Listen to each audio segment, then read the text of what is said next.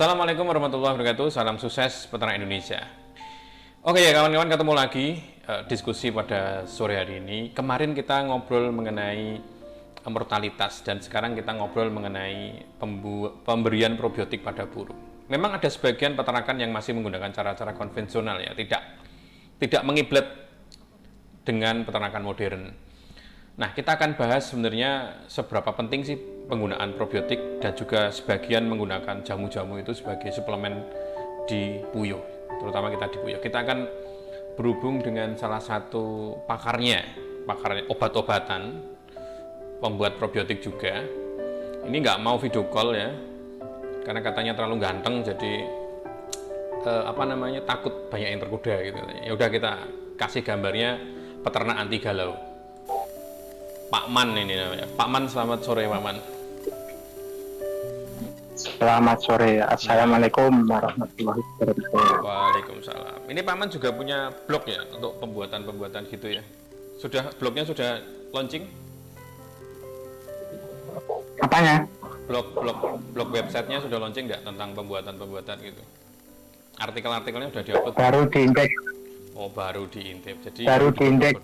Yes, baru diindeks. Kita ngobrol nih Pak Man mengenai probiotik untuk puyuh ini. Sebenarnya penting nggak probiotik ini untuk puyuh?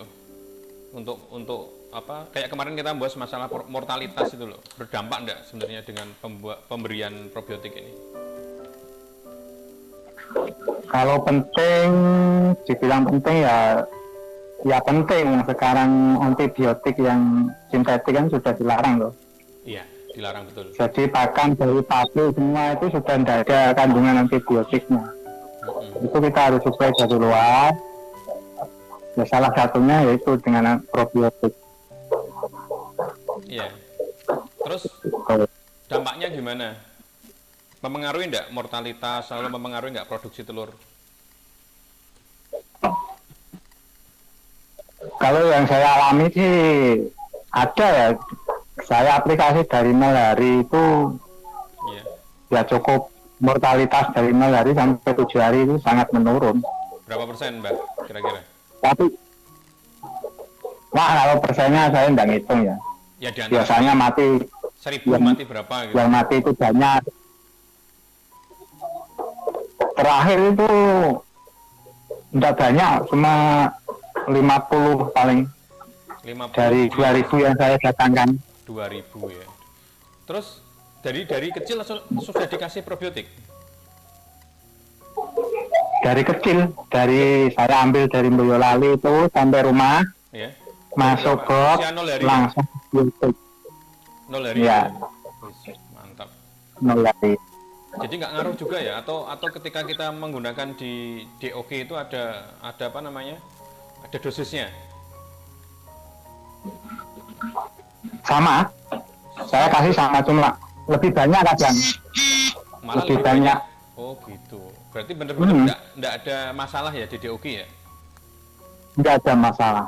Kalau selama proses pembuatannya benar, selesai, kandungannya tepat, pasti ada efek baiknya. Oh ya, ini sebagian Pak Man sekalian, ini menarik ini untuk apa namanya DOG ini ya. Tipsnya memelihara DOG dari 0 sampai 7 hari anti mati gimana? Maksudnya mati sedikit kayak punyanya Pak Man 2000 hanya mati 50 kan luar biasa. Pertama gimana? Burung datang dari mati situ ya. Burung datang terus dikasih mati situ. Ya. Burung datang dikasih probiotik biasanya aja, itu dikasih vaksin. Saya vaksin dari 0 hari sampai akhir, non vaksin, hanya probiotik itu saja. Saya tidak pernah pakai kimia. Non vaksin ya? Yoi. Wis mantap. Dikasih gula-gula enggak tambahan? Tapi aku orang anti vaksin. Nah, ono sing pengen vaksin pakai probiotik ya enggak apa-apa, luwih bagus. Tapi yang penting pemberiannya enggak bareng gitu ya? Enggak bareng. Oh ya, dulu pernah Pak Man pernah cerita kalau menggunakan ada peternak apa namanya? Peternak yang dikelola Pak Man, katanya ada yang sampai bertelur 98% dulu ngomongnya ceritanya. dengan menggunakan itu. Nah, itu ceritanya gimana itu? Iya.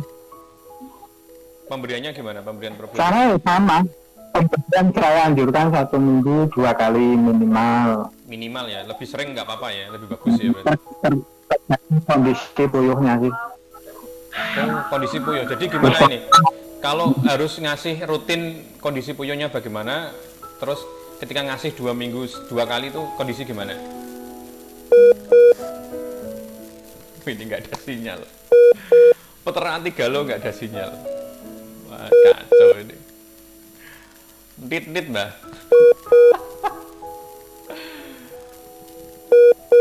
Ini lagi menghubungkan lagi dengan peternak anti galau, Pak Man. Saya hubungi lagi aja lah, saya telepon lagi. Saya matikan dulu, saya telepon lagi. Ini sebenarnya ada gambarnya, cuman memang beliaunya lagi buka-buka baju gitu. Jadi kita sensor aja. Karena ini benar-benar peternak daerah, peternak kampung ibaratnya, tapi otaknya dalam pembuatan probiotik dan juga obat-obat herbal itu luar biasa saya akui. Karena peternak-peternak asuhannya itu bagus.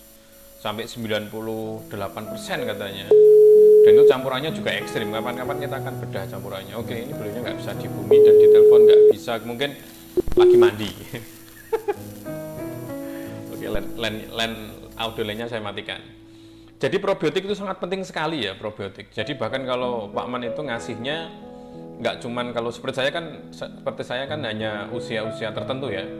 Jadi usia bertelur, usia 30 hari pindah kandang baru kita kasih probiotik. Ternyata beliaunya malah oke, ini wifi-nya terputus. Oke, bisa nyambung nggak? Sebentar. Oh, ini saya chat. Oke, ini aja. Saya juga ada pakai komputer ya. Bisa nyambung lagi atau off?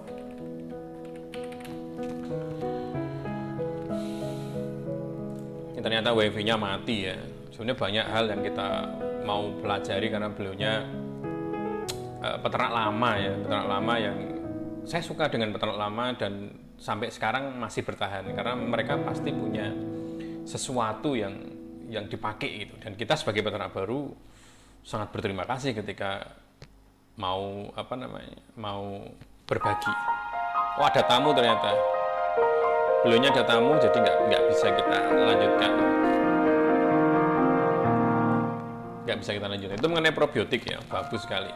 Jadi kalau Pak Man, probiotik itu memang menggunakan dari usia 0 hari. Saya belum pernah, coba saya akan pakai juga 0 hari. Wah, ini berita yang bagus ya. Tapi Pak Man ini probiotiknya bukan probiotik starter dari E4 gitu ya. Maksudnya E4 terus dikasih gula, terus dikasih bukan. Beliaunya itu yang saya tahu E4 itu starter ya tidak hanya E4 tapi dibangkitkan dari beberapa rempah-rempah ya, rempah-rempah. Dan salah satu produksi yang kita teman-teman pakai ya salah satunya ya produksi yang dari literaturnya Pak Man ini yang sudah kita pakai selama ini dan saya sudah pakai mungkin nggak lama-lama sih, baru saya pakai 1,5 tahun ini model caranya Pak Man ini. Cuman kalau DOG dikasih saya belum. Dulu pernah saya ngasih, cuman tidak lama saya pakai ya karena memang saat itu pindah kandang ya, jadi agak ribet. Tapi sekarang ini mulai masukkan telur lagi, mungkin insya Allah hari ini masukkan telur sekitar 4 harian mungkin ya. Jadi kita akan ataskan lagi sekitar 10 lagi, 1000 lagi untuk kita sendiri dan kita coba nanti menggunakan probiotik ya, menggunakan probiotik dan salah satunya memang dianjurkan Pak Man ini. Kita ngobrol-ngobrol tadi memang nggak masalah, oke kita akan kasih. Jadi beliaunya tanpa vitamin-vitamin yang dibeli itu ya, vitamin itu ya, vita itu nggak pakai, jadi hanya probiotik, rempah-rempah, semuanya rempah-rempah. Dan memang ya bagus ya, beliau tanpa ini ya, tanpa ada vaksin beli itu ya, bukan, tapi beliau pakai dari rempah-rempah semua. Oke, keren. Mungkin bisa dicoba teman-teman semua juga di peternakannya masing-masing. Yang sudah mencoba kemarin itu salah satu yang dikembangkan oleh Pak Man ya probiotik plus itu ya gitu sih. Dan memang yang kita, tapi gini syaratnya ya bagi teman-teman yang nyimak ini, terakhir saya ngomong ya, ini syaratnya yang paling penting adalah pemakaian probiotik ini konsisten, continue Dan jangan pindah suplemen. Maksudnya kalau teman-teman sudah memakai merek A, jangan pindah probiotik merek lain. Nanti belum tentu probiotik yang merek A ke B itu cocok gitu. Artinya bukan masalah jelek atau baiknya, bukan, tapi burungnya itu adaptasinya lama lagi. Karena burung puyuh itu memang adaptasinya lama. Seperti kalau pindah pakan itu juga adaptasi lama. Pindah minum itu juga adaptasi lama. Jadi kalau misalkan teman-teman menggunakan suplemen ini, lalu menggunakan suplemen ini atau probiotik ini, menggunakan probiotik ini, pasti nanti akan ada penurunan ya. Nah, penurunan ini ya akibat dari burung yang beradaptasi dengan itu. Saran saya ketika teman-teman mau beternak, cari dulu referensi kira-kira kita menggunakan suplemen yang mana, probiotik merek apa, atau probiotik buatan mana. Lalu kita bisa pakai dari awal sampai akhir, sampai finish ya. Sampai finish, sampai ya akhir itu. Akhir itu macam-macam. Kalau Pak Man saya nanya kemarin sekitar 2 tahun ya baru mati, baru di akhir maksudnya 2 tahun lebih. Kalau kemarin kita ngobrol sama Mbok di farm ya kemarin, itu ya juga sampai 2 tahun lebih katanya. Memang sama, mungkin cara perawatannya sama. Gitu sih teman-teman, nggak panjang sih video kita karena sebenarnya kita mau ngobrol panjang, cuman belumnya ada tamu. Ya tamunya ya sama kayak ngobrol-ngobrol mengenai obat-obat kayak gitu. Oke deh, lain kali kita akan ngobrol lagi mengenai probiotik. Saya ada PR buat teman-teman, jangan lupa silahkan subscribe, tinggalkan pesan, dan jangan lupa kalau ada pertanyaan yang terinci mengenai probiotik ini, dampak-dampaknya, terus efeknya bagaimana, teman-teman bisa tinggalkan pesan, nanti kita akan diskusi, ada bahan diskusi untuk kita akan lanjutkan di episode video berikutnya mengenai probiotik ini. Berdampakkah probiotik ini di peternakan kita? Ya berdampak lah tentunya. Gitu aja kawan-kawan, semoga sedikit ini bermanfaat. Ini tidak live streaming, memang saya recording karena memang waktunya saya ya nggak bisa on tiap jam tertentu ya, karena memang kesibukan, jadi saya rekam sewaktu saya sempat. Assalamualaikum warahmatullahi wabarakatuh. Peternak anti galau.